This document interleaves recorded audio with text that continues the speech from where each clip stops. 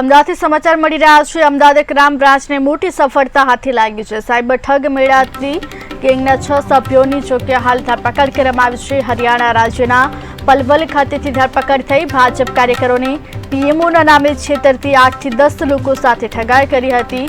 જોકે હાલ તેમની હરિયાણા રાજ્યના પલવલ ખાતેથી ધરપકડ કરવામાં આવી છે। ધરપકડ કરી આગળની કાર્યવાહી હાથ ધરી છે। ત્યારે અમદાવાદ ક્રાઇમ બ્રાન્ચને મોટી સફળતા હાથે લાગી। સાયબર ઠગ મેળવતી ગેંગના 6 સભ્યોની ધરપકડ કરવામાં આવી છે। હરિયાણા રાજ્યના પલવલ ખાતેથી ધરપકડ કરી ભાજપ કાર્યકરોને પીએમઓના નામે છેતરતી 8 થી 10 લોકો સાથે ઠગાઈ કરી હતી।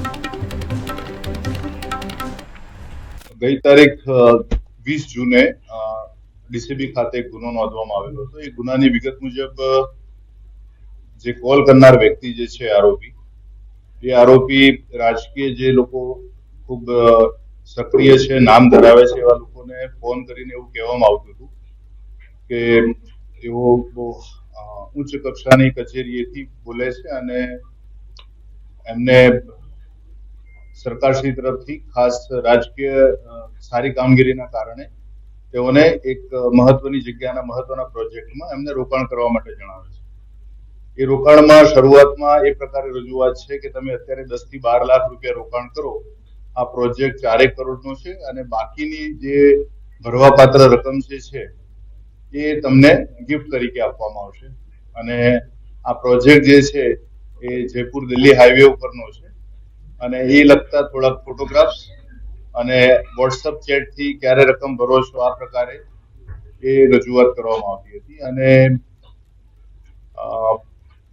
પીએમઓ કચેરીના અધિકારી બોલે છે એ પ્રકારે એમણે પોતાની જાતની ઓળખ આપી।